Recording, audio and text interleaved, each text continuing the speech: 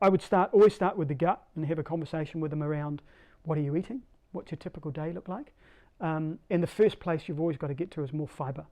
And of course, because fibre is what cleans the gut, it's what feeds the gut, it's what feeds your microbiome, where your bacteria live, your genetic expression. So it's what gives you how your genetics express themselves, whether you get sick or whether you get well, whether you're resilient or whether you're not, whether you're strong. It all comes from that incredible microbiome, which is 140 trillion cells in the gut. There's 140 trillion cells in the gut right now, moving away and changing and growing, that are giving us everything that we're going to be tomorrow, next month, next year, in 10 years' time.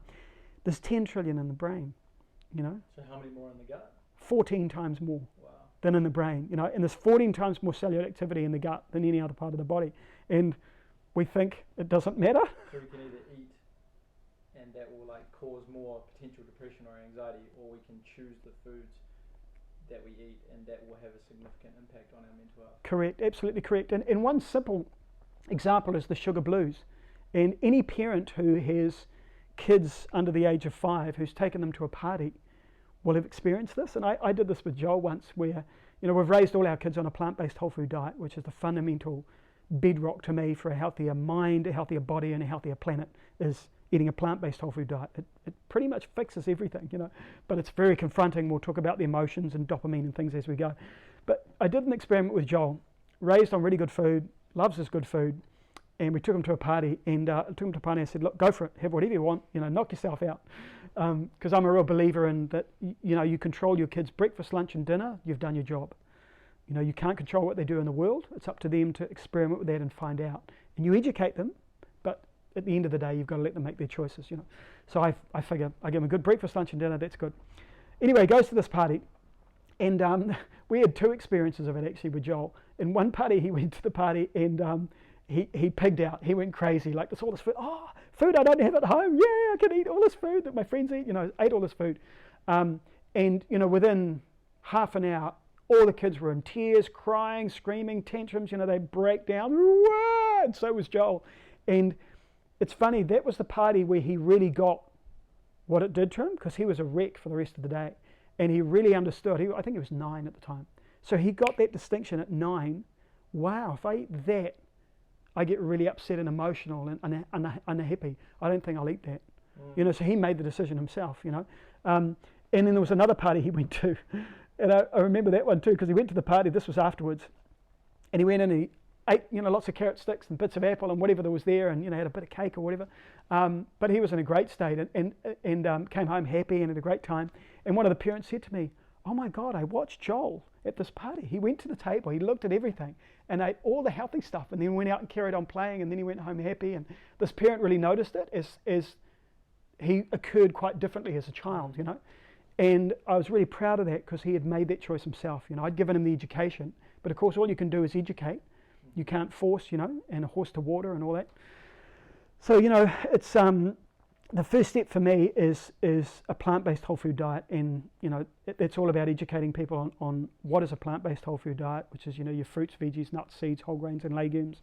How do you eat them? A mixture of raw, soaked, sprouted, fermented, cooked, not too much, and how do you learn those meals which are really good, and generally starting with breakfast is always the best step. I always think it's a really important meal for most people, and often if you eat rubbish for breakfast, you'll carry on. We're funny as human beings. We tend to go, oh, if I've done something bad, I'm going to go crazy. I'll go full on bad. So starting people off with a good healthy breakfast is often the first step, And when we look at, modern NCDs now, non-communicable diseases like depression and mental health, New Zealand, we've got the #1 suicide rates for young women between 15 and 24. And we've had it for decades, It doesn't seem to raise the alarms. Our suicide deaths are the highest they've ever been in history now. We clocked 700 in the last 6 months of 2018 and the first 6 months of 2019. 700 Kiwis killed themselves. That is more than 10 a week. It's more than one every day. It's so far out of control for a small country like this, and we're not treating it like a national emergency. Like this is stop the bus. Something's really wrong here, and we have way more suicides than road fatalities. And the thing that I find so frustrating is every Christmas season, every Easter season, you know, the media reports on the road deaths, the road fatalities. They say drive carefully, and then they report on 5 people have died. It's like, well, hang on. 2 to 3 to 4 times more people have committed suicide over that period, but no one has that on the front page of the paper. You know, and that's driven by depression. And depression is so influenced by our gut health, which is so influenced by our diet and our sleep. So the part where I think I can make the most difference is that education around that holistic behavior. You know, that's the part that to me is the biggest thing you can do, because when you look at the research, and you know, whether it's the University of Navarra diet and lifestyle tracking research, whether it's the British Journal of Psychiatry, the 25-year study, and this is mainstream psychiatrists saying, actually, you know what, the more junk food people eat, the more depressed and unhappy, more mental health problems we have, you know.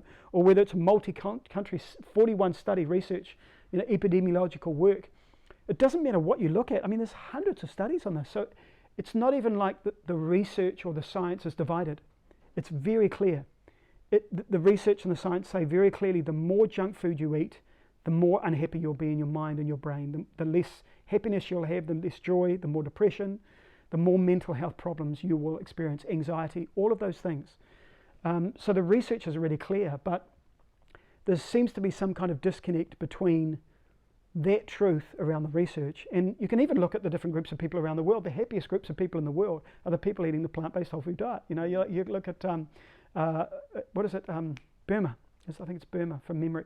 Happiest country in Asia. You look at what they eat. You go to a typical family and you look at what they eat. It's all... Bhutan, yeah, thank you, yeah, Bhutan, yeah. And you look at them and you go, what are you eating? And it's fruits, vegetables, nuts, seeds, whole grains and legumes. Lots of fruit, lots of vegetables. Happiest. You just see these people, they're just beaming with joy, you know. They're not stuck in that dopamine trap that we are, which we'll get to. So I always come from a holistic perspective. I talk to people about their sleep and things, but the first place I always start is with diet, because literally the sugar blues, like the kids, you know, you see the kids go to a party, they get wired with the synthetic additives and sugar, and then they crash. And we all know the sugar blues has been in our language for decades, and yet no one kind of goes, well, hang on, if there's this thing called the sugar blues or the junk food blues, why don't we stop eating that, you know, because then we'd be happier. So it's a tricky one, because you're dealing with people's emotions. And I mean, obviously that sounds stupid because we're talking about mental health, but when you're dealing with people's emotions, you're dealing with saying to them, look, something's not right here, you're not happy, you're wanting to be happy, yeah, but then people have to make a behavioural change or an attitude change. And that's when I started working a lot more with behaviour change with people. And I guess it occurred about 5 years ago with me, so it's a latter part of my research, but I just had so many people who were unhappy and were depressed, anxious, worked up, you know, and I found that when I did work with them and I changed their diet, that they got happier, they got off their medication, they got off their depression medication, their anxiety medication. It was one of the first programs we did in 2009, where we did an experimental program with people because they wanted me to teach this stuff, you know, and up until then I hadn't been teaching it, I'd just been living it, and people were just asking me about, why are you so healthy and what have you done? So I started teaching it. I did a trial with a group of people we knew. I think it was 12 or 14 people. And one of the women came off her anxiety medications, one of them came off the depression medications. And I hadn't expected that. You know, and all I did was change their diet and their lifestyle, got them to bed earlier, more bowel motions, more fibre in the diet, more plants, no alcohol, no drugs, got them off smoking. You know, it was basically giving them a rhythm and a routine to their life and their daily routine. And these people were having shifts in their mental health, and that's when I actually started seeing it in front of me.